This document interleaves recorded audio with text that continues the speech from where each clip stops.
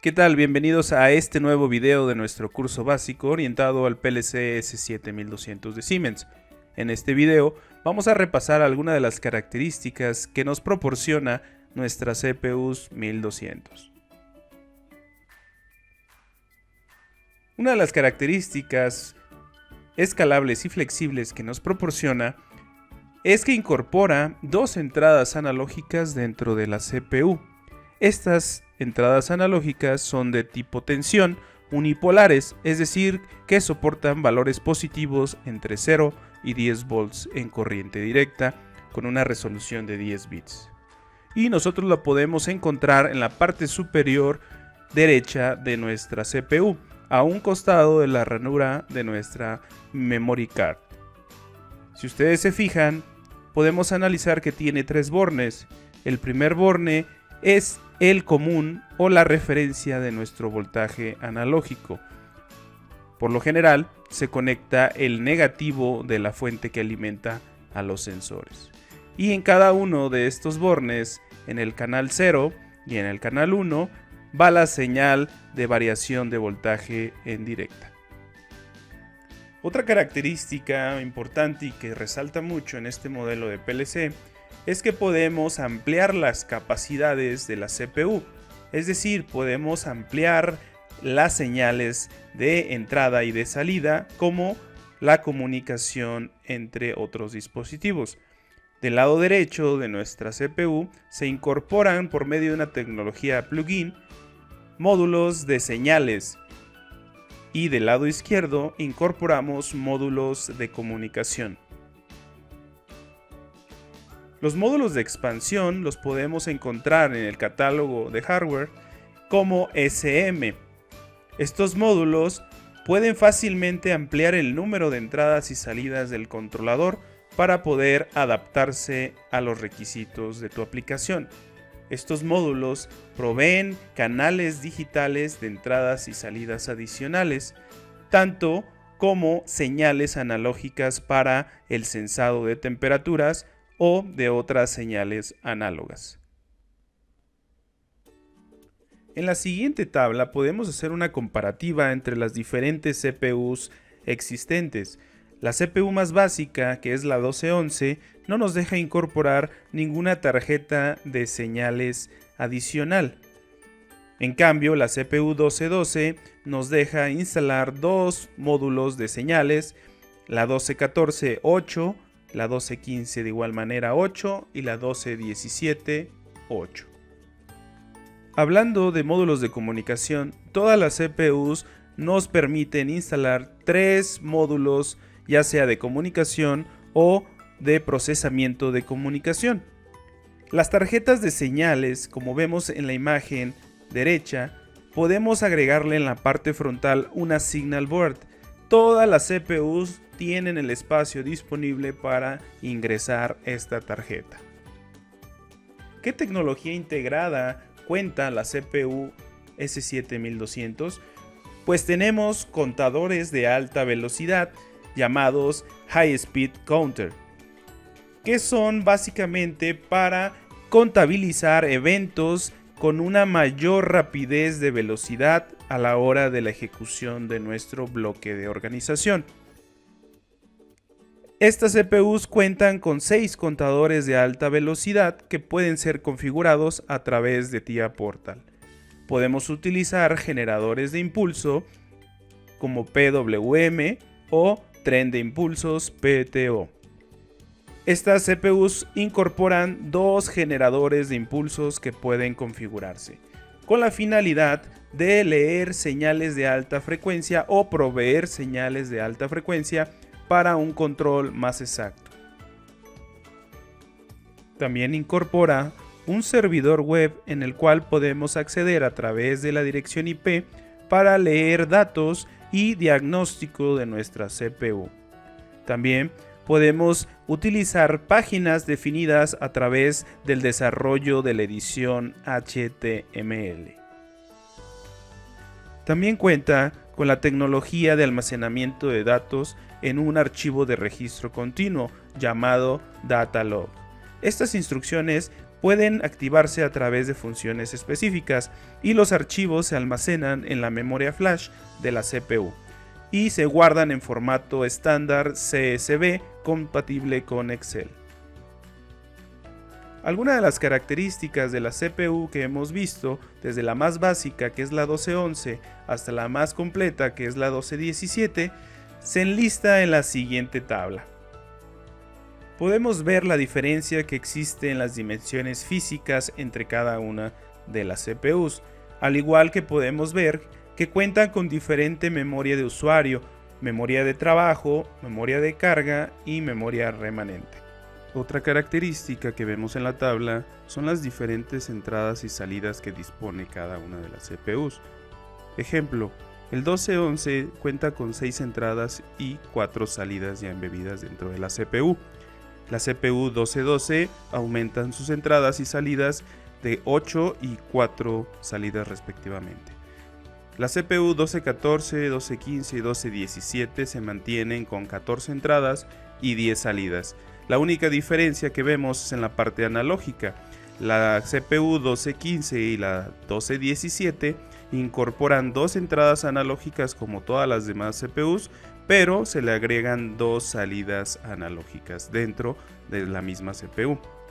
Otro dato importante es que la 1215 y la 1217 ya incorpora 2 puertos RJ45 para la comunicación Ethernet. En cambio, el 1214, 1212 y 1211 solamente incorporan un puerto de comunicación. En el tamaño de memoria de imagen de proceso tanto de entradas como de salidas se mantiene en 1024 bytes para todas las CPUs. En el área de marcas sí vemos una diferencia entre la gama de la CPU 1212 y 1211 que tiene 4096 bytes disponible para memorias de marca M y las otras CPU duplican ese valor, 8192 bytes. Y en las 3 últimas filas observamos lo que comentábamos en diapositivas pasadas con respecto a los módulos de expansión para cada una de las CPUs. En tanto contadores rápidos podemos encontrar hasta una frecuencia máxima de 1 MHz, esto disponible para la CPU 1217. Vemos diferentes frecuencias de lectura como 100 kHz, 30, 20 kHz, 200 kHz. Esto va a depender de los módulos que nosotros agreguemos a nuestras CPUs. También tenemos salidas de pulsos con magnitudes de 1 MHz, 100 kHz y 20 kHz. En la parte de la memory card encontramos que es opcional para todas las CPUs. El registro de datos tiene como máximo 8 archivos abiertos a la vez dentro de un mismo programa y su tamaño máximo por registro está limitado a 500 MB o dependiendo de la memoria de carga máxima disponible en el PLC.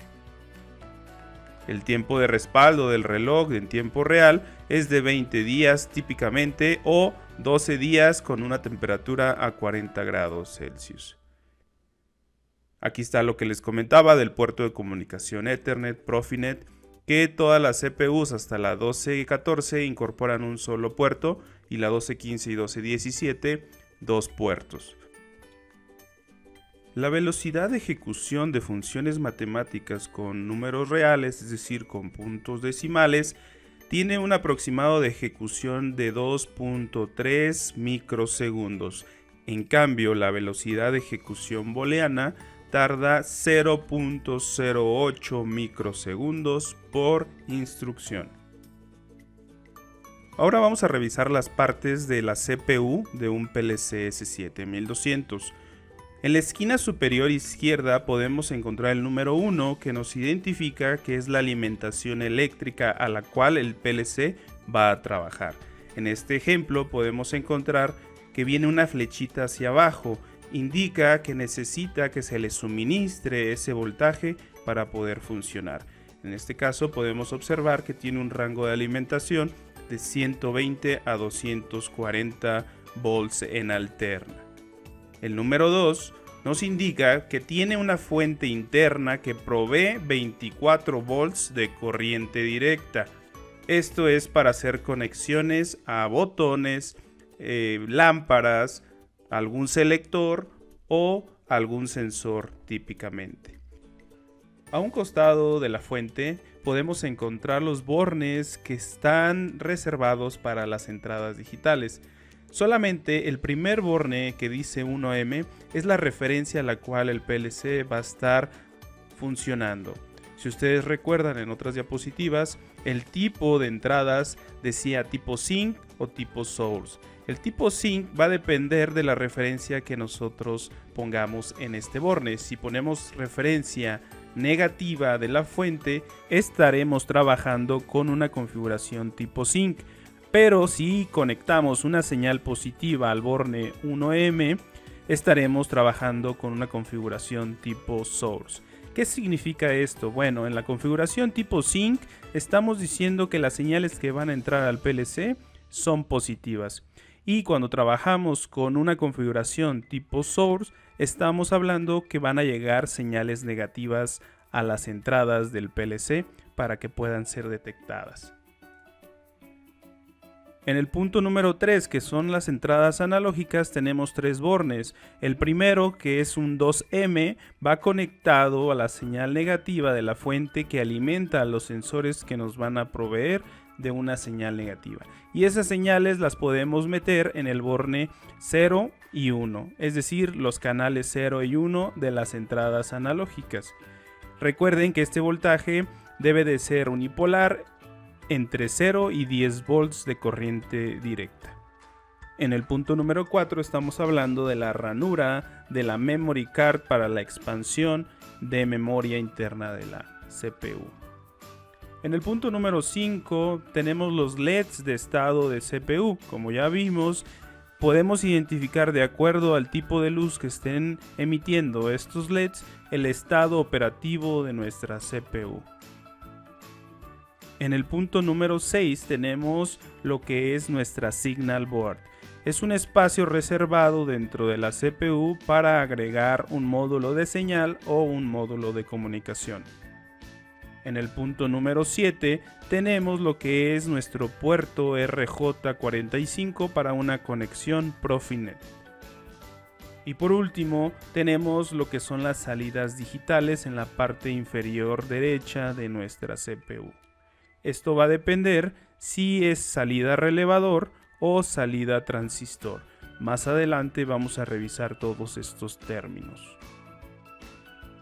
Y con esto hemos finalizado con éxito nuestro módulo. Les agradecemos su atención y nos vemos en el siguiente video.